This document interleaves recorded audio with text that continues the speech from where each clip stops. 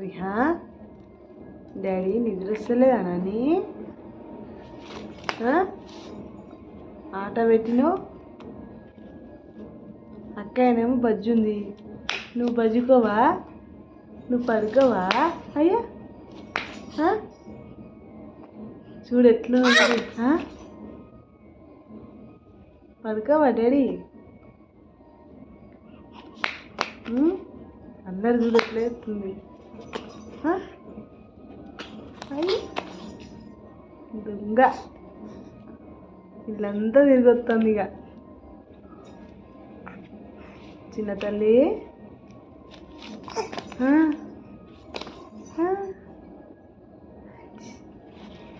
daddy